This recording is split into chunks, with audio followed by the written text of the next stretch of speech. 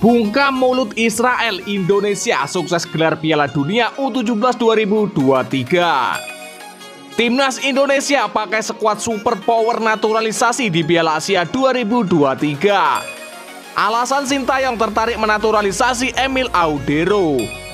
Kabar gembira, Marcelino Ferdinand akhirnya sembuh dari cedera dan bisa memperkuat klubnya KMSK Deinze. Simak video selengkapnya sebagai berikut.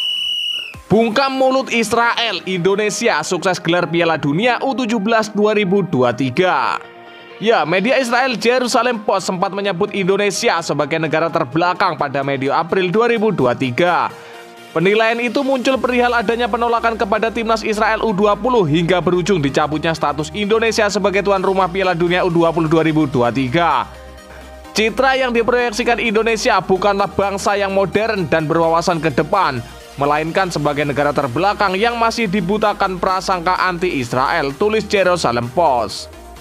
Antipati terhadap Israel begitu membutakan Indonesia sehingga negara tersebut mengambil langkah yang bertentangan dengan kepentingan sendiri. Menjadi tuan rumah turnamen ini akan memungkinkan tim junior mereka yang tidak memenuhi syarat atas kemampuannya sendiri untuk berpartisipasi di Piala Dunia U20 2023. Lanjut hinaan dari Jerusalem Post atau media Israel tersebut.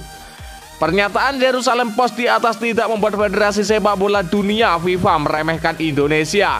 Terbukti FIFA tetap mempercayai Indonesia sebagai tuan rumah event besar yakni Piala Dunia U17 2023. Pada Juni 2023, FIFA menunjuk Indonesia sebagai tuan rumah Piala Dunia U17 2023 yang dilangsungkan pada 10 November hingga 2 Desember 2023. Kepercayaan itu dibayar tuntas oleh Indonesia, dalam hal ini PSSI maupun LOC Piala Dunia U17 2023. Indonesia menyiapkan segala infrastruktur secara maksimal. 4 stadion disulap menjadi venue kelas dunia, yakni Stadion Manahan Solo, Jakarta International Stadium, dan juga Stadion Sijala Harupa dan Gelora Bung Tomo. Fakta tersebut menunjukkan Indonesia sanggup menggelar event besar seperti Piala Dunia. Sejauh ini tim-tim besar Piala Dunia U17 2023 juga merasa bahagia selama berada di tanah air. Sehingga bukan tak mungkin Indonesia dipercaya lagi oleh FIFA menjadi tuan rumah Piala Dunia senior suatu saat nanti. Timnas Indonesia pakai skuad supernaturalisasi di Piala Asia 2023. Ya, media Vietnam kembali menyoroti rencana naturalisasi 2 pemain memperkuat timnas Indonesia di Piala Asia 2023. Mereka bahkan mengungkap kemungkinan skuad Garuda menggunakan komposisi tim supernaturalisasi. Sejauh ini sejumlah nama pemain naturalisasi sudah menghiasi skuad timnas Indonesia. Mereka adalah Jordi Amat, Mark Klok, Sandy Walsh, Sain Patinama, Rafael Struijk, Elkan Bagot, dan Ivar Jenner. Besar kemungkinan mereka akan kembali dipanggil Sintayong untuk Piala Asia 2023 12 Januari sampai 10 Februari 2024 di Qatar. Tak hanya 7 nama itu, ada beberapa tambahan pemain lagi yang harus diproses naturalisasinya tengah dikebut. Justin Hubner, Ragnar Oratmanguan, Jaitse, dan Nathan Joaon adalah nama-nama pemain yang tengah menjalani proses naturalisasi. Jika selesai hingga Desember 2023, mereka bisa diturunkan di Piala Asia 2023. Belum lagi ada kemungkinan Cyrus Margono di posisi penjaga gawang dan juga Emil Audero juga selesai proses naturalisasinya. Hal itu membuat media Vietnam menyebut Indonesia bisa menurunkan skuad supernaturalisasi. Ya, Piala Asia 2023 melawan Vietnam, timnas Indonesia bisa menggunakan skuad supernaturalisasi. Malaysia nggak level, tulis artikel tersebut. Seperti diketahui, tim terkuat di bumi Indonesia akan menghadapi Vietnam, tim Jepang, dan juga Irak pada fase grup Piala Asia 2023. The Golden Star Warriors akan dihadapkan dengan matchday 2 grup D pada 19 Januari 2023. Oleh karena itu, media Vietnam menduga timnas Indonesia tengah menyusun rencana menggunakan skuad supernaturalisasi demi Piala Asia 2023. Betapa tidak seluruh pemain itu jika sudah selesai menjalani proses mendapatkan status WNI akan mengisi nyaris semua posisi. Patut dinanti apakah hal itu akan terwujud atau tidak, sebab sejauh ini Sintayong masih belum menentukan komposisi pemain untuk skuad Piala Asia 2023. Alasan penting Sintayong tertarik naturalisasi Emil Audero. Ya, Sintayong menyebutkan bahwa kualitas yang dimiliki Emil Audero setidaknya akan berkontribusi bagi timnas Indonesia ke depannya. Harapannya adalah ia bisa mendongkrak kualitas skuad Garuda demi tujuan meraih prestasi di kancah internasional. Timnas Indonesia saat ini memang sudah berisikan nama-nama yang dianggap terbaik dan layak. Komposisinya pun berisikan kombinasi antara pemain lokal dan keturunan atau naturalisasi. Tanpa pengecilan peran pemain lain, kehadiran Emil Audero tentunya juga bakal menambah kualitas skuad Garuda Indonesia.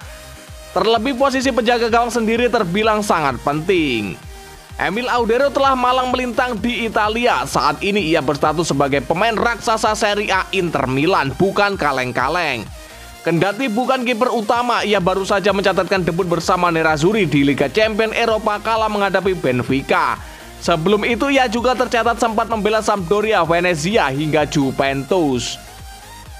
Pada level timnas, Emil Audero juga pernah tampil membela Italia di berbagai ajang usia, di antaranya seperti U15, U17, U19, dan U21. Pengalaman-pengalaman yang dimiliki Emil Audero tidak bisa didapatkan sembarang orang. Terlebih ia sudah tampil di Serie A yang dianggap sebagai salah satu liga terbaik dan terketat di dunia. Sintayong juga menyebut bahwa kemampuan dan pengalaman Emil Audero bisa ditularkan untuk budaya sepak bola yang lebih baik. Dalam hal ini tujuan khususnya adalah untuk para penjaga gawang di Indonesia. Pada riwayatnya Indonesia memang selalu memiliki banyak kiper berkualitas. Di sisi timnas sendiri saat ini ada nama seperti Hernando Ari dan Nadeo Argawinata. Keberadaan Emil Audero nantinya juga bisa menjadi mentor secara tidak langsung bagi keduanya. Tak terpukau pada Hernando dan Nadeo, kiper-kiper lain di Indonesia juga bisa mendapatkan hal yang sama. Kabar baik datang dari wonderkid timnas Indonesia Marcelino Ferdinand sudah mulai berlatih keras di Belgia.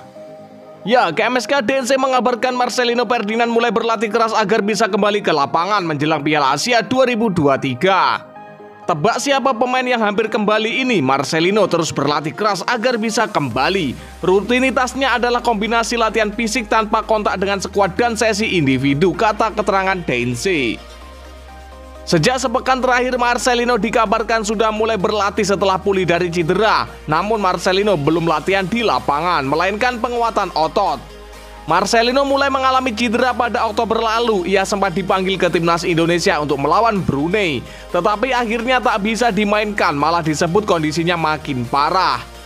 Setelah menjalani perawatan rutin, kini kondisinya semakin baik. Jika sudah memungkinkan, Marcelino akan berjuang untuk kembali mendapatkan tempat di dalam tim.